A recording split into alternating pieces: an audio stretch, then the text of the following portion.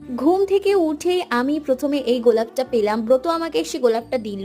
Actually ছোট কাকার অফিসে আজকে এই গোলাপটা দিয়েছে। এটা রুমাল দিয়ে তৈরি করা, বেশ সুন্দর দেখতে। কিন্তু ছোট কাকা ব্রতকে দিয়েছে, ব্রত এসে আমাকে দেখিয়েছে, এই আর কি ব্যাপার। তারপরে চিয়া সিডের জলটা খেয়ে নিলাম, তারপর তাড়াতাড়ি স্নানটাও করে নিয়েছিলাম। স্নান করে এসেই আমি কৃষ্ণের টিউন চালিয়ে দিয়েছিলাম। বিশ্বাস করো, যারা চালিয়ে শোনো তারা তো খুব ভালোভাবেই জানো একটা আলাদাই শান্তি আসে। তারপর আমি টুকটাক কাজ করছিলাম, করে নিয়ে খাওয়া দাওয়াটা কমপ্লিট করে নিলাম। দুপুরবেলা আমি কোনোদিনই ঘুমাই না। তারপর বিকেলবেলা একটু ঘুরে ঘাড়ে এসে দাদু চুরমুর এনে দিয়েছিল, চুরমুর দিয়ে মুড়িটা খেলাম। সত্যি কথা বলতে আমি সন্ধ্যেটা ছাদে কাটাতেই ভালোবাসি। আর যদি ঝড় বৃষ্টি না হয় তাহলে তো আমি রোজই ছাদে যাই।